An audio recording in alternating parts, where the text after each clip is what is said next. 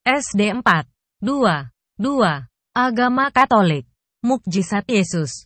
Mukjizat sebagai tindakan keilahian Yesus juga terjadi pada saat seorang perwira memohon Yesus untuk menyembuhkan hambanya. Pada peristiwa itu, hamba tersebut sembuh bukan karena Yesus datang ke rumahnya, tetapi iman perwira tersebut. Hal itu tercermin pada kata-katanya, "Tuan, aku tidak layak menerima Tuan di dalam rumahku. Katakan saja sepatah kata, maka hambaku itu akan sembuh." Selain kuasa ilahi, iman menjadi syarat utama bagi terjadinya suatu mukjizat. Peristiwa mukjizat menunjukkan hubungan antara kata-kata dengan tindakan Yesus. Sabda atau kata-kata Yesus diwujudkan di dalam tindakan nyata. Sebaliknya, tindakan atau mukjizat Yesus menguatkan kata-katanya. 1. Mukjizat-mukjizat yang terjadi pada zaman ini. Simaklah kisah berikut ini. Penyembuhan berkat perantara Yohanes Paulus II, mantan wali kota Huila, Kolombia. Marco Fidel Rojas memberi kesaksian bahwa dirinya mengalami kesembuhan secara ajaib atas penyakit Parkinsonnya berkat doa melalui perantara Beato Yohanes Paulus II, JP tanda hubung II. Kesaksiannya itu dilaporkan sebuah koran terbitan Kolombia, El Tiempo. Menurut koran El Tiempo, demikian Catholic News Agency. Selasa, 17/7. Testimoni Rojas telah dikirim ke kantor Kongregasi Penggelaran Kudus di Vatikan untuk diperiksa berkaitan dengan proses kanonisasi Beato JP tanda hubung II. Pada hari yang sama Ewoten.com juga melansir hal tersebut. Disebutkan oleh koran tersebut, Rojas mengungkapkan bahwa dirinya merasakan gejala sakit sejak Desember tahun 2005.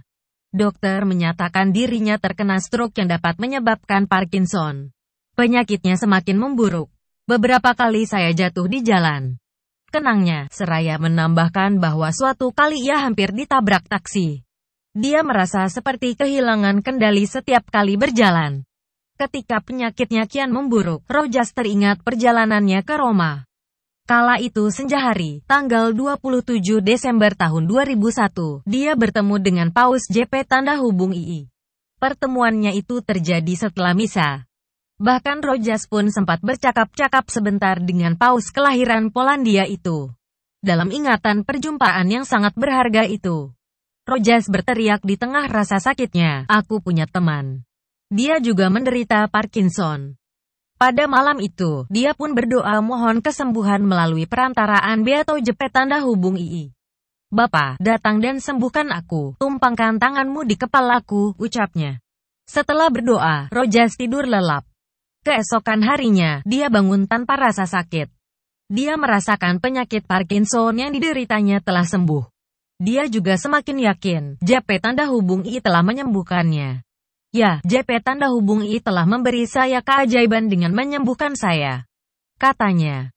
Rojas pun berjanji untuk menyebarluaskan devosi kepada Beato JP tanda hubung II. Dalam El Tiempo, Dr. Antonio Schlesinger Piedrahita, neurolog ternama di Kolombia, menyatakan Rojas sembuh dan dalam keadaan sehat. Sebelumnya, seorang suster warga Perancis, Mary Simon Pierre, mengalami kesembuhan dari penyakit yang sama setelah berdoa dengan perantaraan JP tanda hubung II. Mukjizat penyembuhan itu membuka jalan lebar beatifikasi JP tanda hubung II. Pada Mei tahun 2011, Paus JP tanda hubung II dibeatifikasi oleh Paus Benediktus ke-16. Sekarang, setelah kesembuhan penyakit Parkinson biarawati Prancis itu, Rojas juga telah membuktikan mukjizat kesembuhan dari penyakit yang sama. Banyak pendapat muncul bahwa mukjizat kesembuhan ini akan membuka jalan kanonisasi Beato JP tanda hubung II. Sumber: Hidup Katolik. Benediktus W. Y. Prayogo, tanggal 21 Juli tahun 2012 23.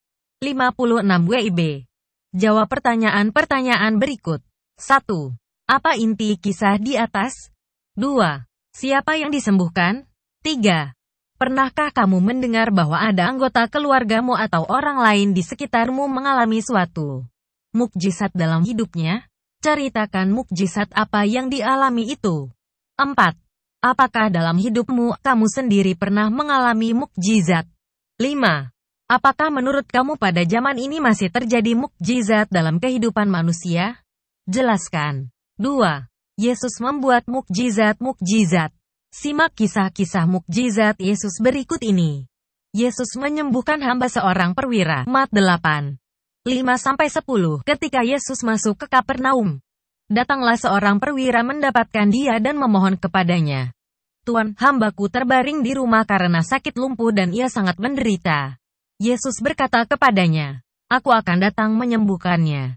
Tetapi jawab perwira itu kepadanya, Tuan, aku tidak layak menerima Tuan di dalam rumahku. Katakan saja sepatah kata, maka hambaku itu akan sembuh. Sebab aku sendiri seorang bawahan, dan di bawahku ada pula prajurit. Jika aku berkata kepada salah seorang prajurit itu, pergi, maka ia pergi, dan kepada seorang lagi, datang, maka ia datang, ataupun kepada hambaku, kerjakanlah ini, maka ia mengerjakannya. Setelah Yesus mendengar hal itu, heranlah ia dan berkata kepada mereka yang mengikutinya, aku berkata kepadamu, sesungguhnya iman sebesar ini tidak pernah aku jumpai pada seorang pun di antara orang Israel. Yesus mengusir setan. Lukas 4.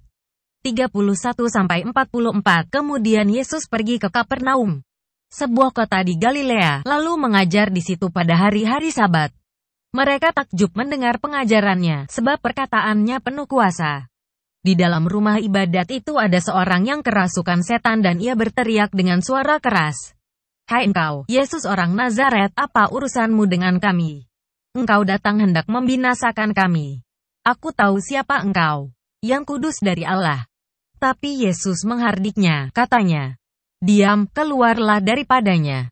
Dan setan itu pun menghempaskan orang itu ke tengah-tengah orang banyak. Lalu keluar daripadanya dan sama sekali tidak menyakitinya. Dan semua orang takjub, lalu berkata seorang kepada yang lain, katanya, alangkah hebatnya perkataan ini. Sebab dengan penuh wibawa dan kuasa ia memberi perintah pada roh-roh jahat dan mereka pun keluar. Dan tersebarlah berita tentang dia kemana-mana di daerah itu. Kemudian ia meninggalkan rumah ibadat itu dan pergi ke rumah Simon.